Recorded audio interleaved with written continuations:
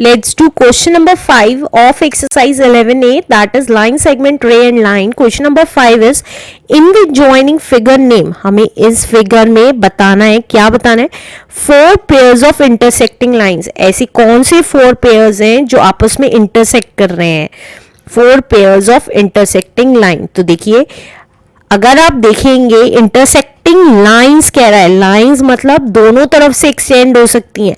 तो ऐसी लाइन जो दोनों तरफ से एक्सटेंड हो सकती हैं वो कौन सी ऐसी लाइंस हैं जो आपस में इंटरसेक्ट कर रही हैं, कट रही हैं, राइट? तो कौन सी है? अगर आप देखें सी डी और पी क्यू ऐसी लाइन है जो इंटरसेक्ट कर रही है.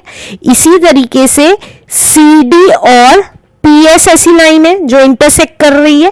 कोई सी भी 4 ले सकते हैं. तो फर्स्ट पार्ट हमने लिखा C D and P S. C D देखिए लाइंस में दोनों तरफ एरो बनेगा एंड पी एस.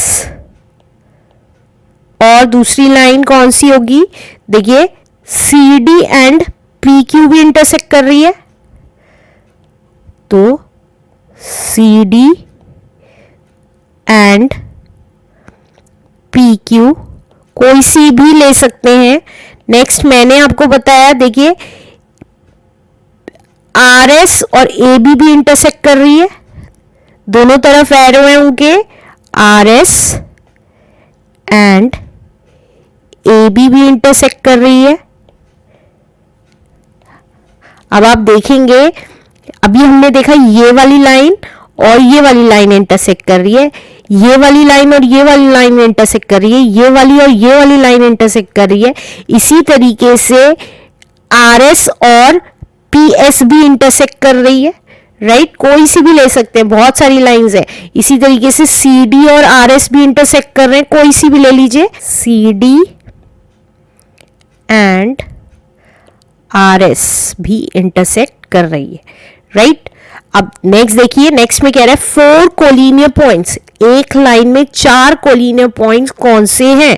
तो अगर आप देखें, देखिए सी पी आर डी, ये देखिए अगर मैं मानू पी ये पॉइंट है, आर ये पॉइंट है, क्यू ये पॉइंट है, एस ये पॉइंट है, राइट? तो एक लाइन में सी पी आर डी भी कह सकते हैं, ए क्यू एस बी भी कह सकते हैं, कोई से भी कह सकते हैं. तो मैं एक लिख लेती हूं यहां पे. आप चाहें तो सी पी आर डी कह सकते हैं और ए क्यू एस बी भी कह सकते हैं, राइट? अब वो क्या कह रहा है? 3 नॉन कोलिनियर पॉइंट्स. कौन से ऐसे 3 नॉन कोलिनियर पॉइंट्स जो एक ही लाइन में नहीं आते, राइट?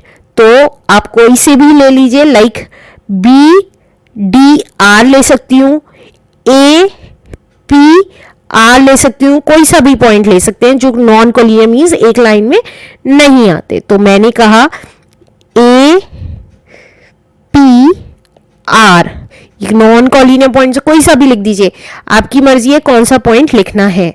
नेक्स्ट देखिए 3 कॉन्करेंट लाइंस. कॉन्करेंट लाइंस कौन सी होंगी?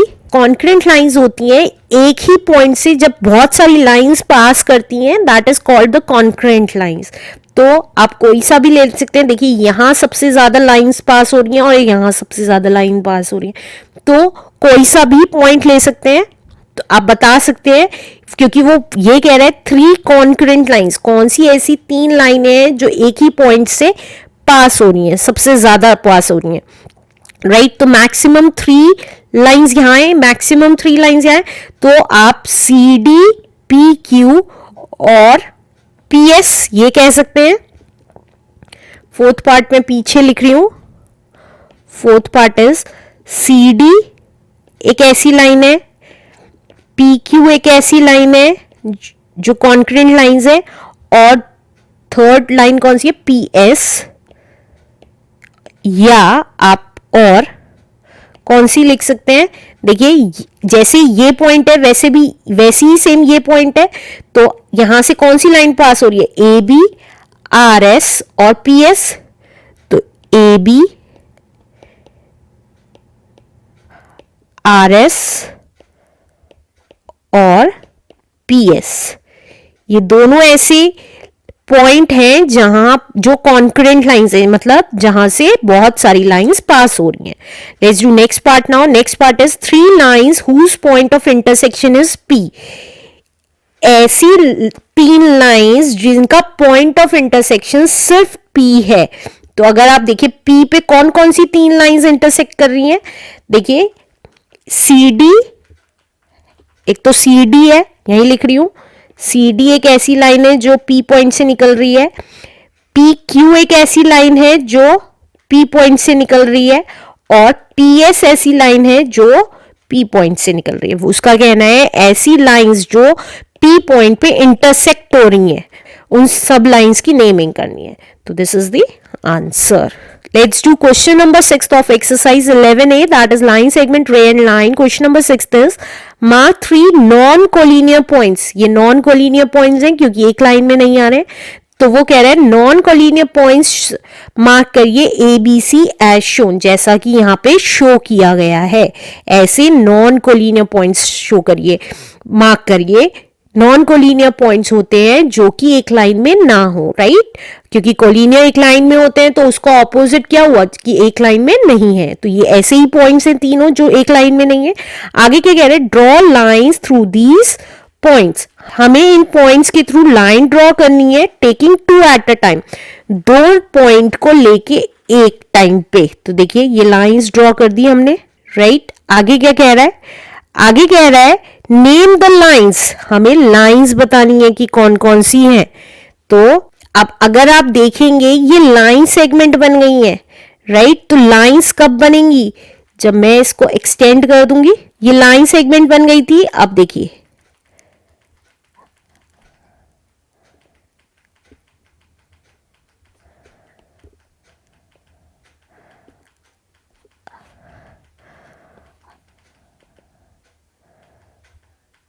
अब ये क्या बन गई है, लाइंस बन गई है। कैसे? क्योंकि हमने दोनों साइड एरो लगा दिए हैं,